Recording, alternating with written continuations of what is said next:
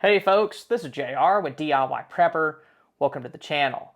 We're now around halfway through May and summer's gonna be here before we know it. And while summer's usually one of the more fun times of the year, there's still plenty of reasons to stay prepared.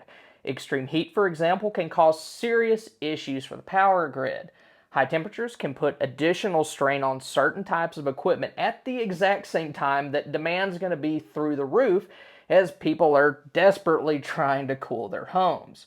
And when those two things happen together, it can cause equipment to break down, which will put further strain on other parts of the grid.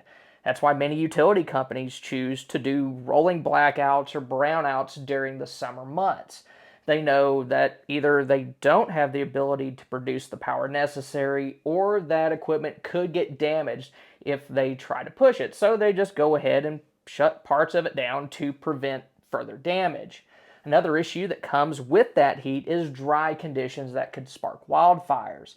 These are very common out west and have happened in various locations of my home state of Texas, even as recent as this past spring. And as we go further into the summer, hurricanes will become a threat if you live near a coastline. And one of the best ways to prepare for any of these issues is to ensure that you and your loved ones have what you need to stay hydrated. Bottled water is convenient, but it's pricey if purchased in larger quantities, and it doesn't really store well long term. It's best used for shorter term situations. Portable water containers work well for things lasting a week or two, but you'll need larger barrels or IBC totes for longer term situations. Rainwater harvesting systems are always nice, especially if you have a garden to take care of, but keep in mind that any water that you use for drinking from a system like that will need to be treated. There will probably be some biological contaminants from bird droppings on your roof. Yeah, I know, gross. And then if you have shingles, there's going to be some chemical contaminants in it as well. But one thing that a lot of people overlook is having electrolytes, because when you sweat, it isn't just water that your body loses. You also lose things like sodium, potassium, magnesium, and calcium, all of which your body needs to keep going. Having lived in Texas my entire life, I'm pretty used to being outside in really hot temperatures, and I can tell you from personal experience that water alone will not cut it, especially if you're having to be active while you're out in the heat. Even though they're high in sugar, sports drinks like Gatorade and Powerade can be very useful in those situations. I was a high school band director for a little while, and we always had large cans of powdered Gatorade that we'd mix up before marching band practice. And when we did that, we only ever had very minor issues with kids overheating. I never had anybody that needed to get carted off to the hospital, and thank goodness for that, because we were in the absolute middle of nowhere. It was kind of like District 12 from the Hunger Games, and the closest hospital probably couldn't treat much more than a hangnail. Now, if you want something with a little less sugar, Body Armor is a decent option, and you could always keep some single-serve pouches of something like Liquid IV in your get-home bag. Another thing that would be incredibly useful during an emergency this summer would be a backup power source. Depending on its size, you could use it to run small devices like fans or larger appliances like your refrigerator and even an air conditioner.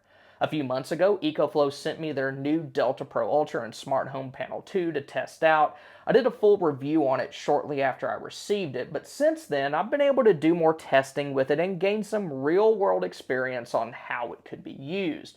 But before we get more into that, and also some other backup power options, I would like to thank EcoFlow for sponsoring us today. Now, when it comes to solar generators, the Delta Pro Ultra is definitely on the larger end of the spectrum. In its most basic form of an inverter with one battery, which is what I have, it has a capacity of 6 kilowatt hours, but you can link up to 5 batteries to one inverter unit, and then link 3 of those sets together for a total potential capacity of 90 kilowatt hours, which is a ton, and it makes it a viable whole home power solution. For my setup, I have it hooked up to EcoFlow's Smart Home Panel 2, which will allow you to power your home from the Delta Pro Ultra and also charge its batteries when it's not in use. Now, the Delta Pro Ultra also has a traditional 30 amp port, so you can hook it up to a traditional transfer switch as well. Since it can handle up to 7,200 output watts, it can literally run everything in your home, including your fridge, freezer, clothes dryer, and even a central air conditioner. During my initial testing, I turned on every light in the house and ran multiple appliances, and I never even got close to maxing it out.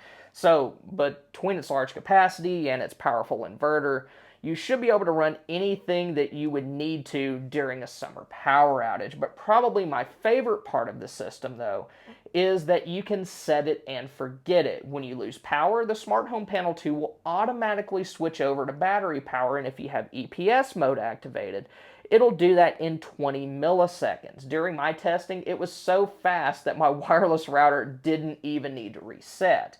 You can also use the EcoFlow app to set maximum charge and discharge levels and activate Storm Guard, which will automatically charge the batteries to 100% if severe weather is headed your way. My Delta Pro Ultra has been running ever since I did the review over it in January, and I haven't needed to do anything with it. The only time I've had to physically mess with it was when I unplugged it during last week's solar storms, and that was just a precaution. I didn't want it to get messed up if the grid got overloaded. The Delta Pro Ultra and Smart Home Panel 2 are also compatible with EcoFlow's Power Insight, which you can use to control and monitor them along with any other EcoFlow devices that you have. It's a tablet about the size of an iPad. You can keep it loose and carry it around wherever you want to, like this, but it also comes with mounting hardware if you want to hang it on a wall. You can use it to monitor power levels from your power stations, turn circuits in your house on and off, and aside from using the Delta Pro Ultra for emergency backup power, you can also use it to save money on your electric bill. You can set it to power your home at certain times of the day, which is beneficial if you have an electricity plan that offers something like free nights. You can use it during the afternoon where you're probably using the most power, and then charge it back up overnight. You can save even more if you have roof-mounted solar panels, since it can handle up to 4,000 watts from its high photovoltaic input port and additional 1,600 watts from portable panels. And don't get me wrong, I know that this is a pretty high-end system and it isn't in everybody's budget. But if you can spring for it compared to other whole home solar generators I've tested, it's in a whole different league. But even if you can't afford something that large, there's still plenty of other options that can provide quite a bit of power. The Delta 2 Max will have no problem running multiple appliances at once, which allow you to save the food that you have in your fridge or freezer and still have enough power to run some lights and fans. I recently let some friends borrow ours around a month or so ago. Their power went out, and it powered their fridge for around a day and still had 75% charge remaining when they gave it back. Given I did have an extra battery hooked up to it, and I think their fridge is pretty energy efficient, but even with my old clunker fridge and box freezer, I can still get around 18 hours out of that setup with the main unit and the extra battery. Then on the smaller end of the spectrum, the River 2 and River 2 Pro work really well for powering small devices like lights and fans and recharging batteries, but the River 2 Pro does have a powerful enough inverter and enough capacity to run larger things like a box freezer. So if you think you want to pick up a Delta Pro Ultra or any other of EcoFlow's solar generators or power stations, then be sure to use the link in the description below, and if you use this code, you can get 2 free 220-watt solar panels with qualifying purchases. The next thing you need to have taken care of before this summer is climate control. On the cheaper end, personal misting fans can work really well for helping you stay cool. I had one kind of like this when I was a kid. It was called a Squeeze Breeze, and I felt super fancy running around PE with it in the 90s. They don't make those anymore, but I picked this one up locally for around $10, and you can use those indoors or outdoors. Now, if you want something a little larger, mainly for outdoor use, then you can get a battery-operated misting fan like this one by Otoland. It has a water tank built into it, and it'll spray water automatically. I think this one cost around $35, and it'll actually move quite a bit of air for its size. The product description said that it'll run for around 8 hours on high, but in my testing I noticed that it'll step down the longer it runs. So while it will run longer than 8 hours straight if you start it on high, it won't stay at that setting for the entire time. Another thing I'm not crazy about is that it has a built-in rechargeable battery. I prefer to use rechargeable D cells in my fans since they're easier to replace, but having it built in is nice if you're trying to save space, and to be fair, the fan can run when it's attached to a power source. Now, if you have a larger power station or a traditional gas generator, you could use those to run a large box fan like this one. They'll move a lot more air than these small battery fans, but they do use a lot more power. The one that I showed uses a little over 100 watts when on high. A lower tech but still effective way to stay cool is to use a cooling towel. You can get those for around 10 or 15 bucks and they'll help you stay a little more comfortable. Another thing I like to do, especially when I'm working outside, is to douse my hat with some water. I tend to get really bad headaches when I get overheated, and wearing a hat that's wet does a very good job keeping my head stay cooler. Now, if you want to stay cooler indoors, then opening your windows can be a good option, but you need a way to keep biting insects out of your home. If you have screens on your windows, those can help keep mosquitoes out as long as they fit well. But if you don't have screens or the money to pick some up, then mosquito netting can be used to cover open windows while still providing plenty of airflow. Another thing you can do to stay cool is just be mindful of the types of backup lighting that you use. Candles and oil lamps produce substantial amounts of heat, and they're a terrible choice for summer power outages. It may not seem like it's much, but if it's already hot and muggy and you don't have much air circulation going on, you're going to get miserable pretty fast. LED lights are a much better option since they don't produce a lot of heat, and then they're also brighter and last longer anyways. And then if you have a gas oven and range that still works during a power outage, avoid using that for the same reason. Cooking outdoors works much better if you're trying to keep the inside of your house cool, especially during shorter term situations where it's not going to draw all that much attention to you, because really nobody's going to care if you're grilling outside and the power's out for less than a day. They're just not really going to care about that. Then if you have a substantial power source or just lost your central air conditioner, then window or portable air conditioners can be used to keep small areas within your home comfortable.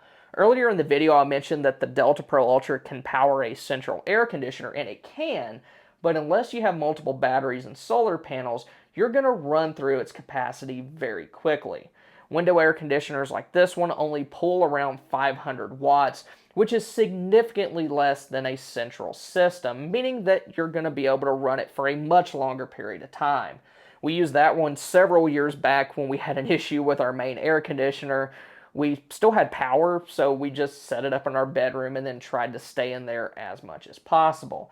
Then portable air conditioners like the Wave 2 by EcoFlow can also be used in this way. But when it comes to running those smaller air conditioners on generator power, do not use an extension cord. Since they still require a good deal of power, they can overload cords, causing them to overheat, which could potentially start a fire. So if you're using a gas generator, which you'd have to keep outside, it's best to add whatever circuit you'd run the gas generator on to your transfer switch so that you can do that safely. Another thing everyone should get before this summer is a backup communication method, and you want one of those so that you can gather information during an emergency and maybe even call for help if you need to.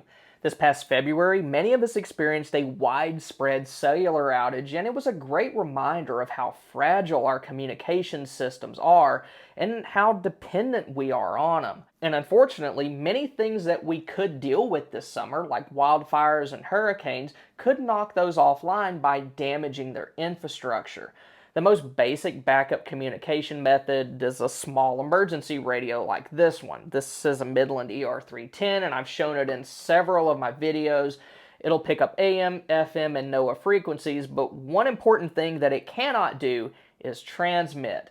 Small ham radios like this one, on the other hand, can transmit in addition to being able to pick up FM, NOAA, and amateur radio frequencies. So between how small and compact these are and the fact that they can pick up pretty much any transmission that you may want to hear, they're a great thing to have around. Now, you are supposed to have a ham radio license to transmit with one of these while things are normal, but there are exceptions to that during emergencies, and if we were experiencing a really serious long-term thing, all that stuff wouldn't matter anyway. But I went ahead and I figured out the repeater frequency used by the ham radio club in my area. That'll give me the best chance of picking up information from real people locally, and it'll also give me the best chance of reaching somebody if I'm in a life-threatening situation and my cell phone isn't working for one reason or another. Another thing we should all take care of before this summer is basic vehicle maintenance, and that's important for a couple of reasons. First, if you have to evacuate because of a natural disaster, the last thing that you want is for your vehicle to break down. Then, aside from emergencies, hot weather can also be really hard on vehicles, and taking care of things now could prevent expensive problems in the coming months. Things like getting your oil changed and keeping an eye on your tires are things we should always be on top of, but don't overlook other things like your battery and air filters. If you notice your car struggling to get started, you may want to go ahead and get your battery checked out, because heat can affect those batteries, especially the older that they get. Then having a clean engine air filter will make it easier for your car to breathe, which will help with its fuel economy, which is always nice when gas prices are through the roof, and it will help it run easier. The next thing everyone should have before this summer is a utility cutoff tool.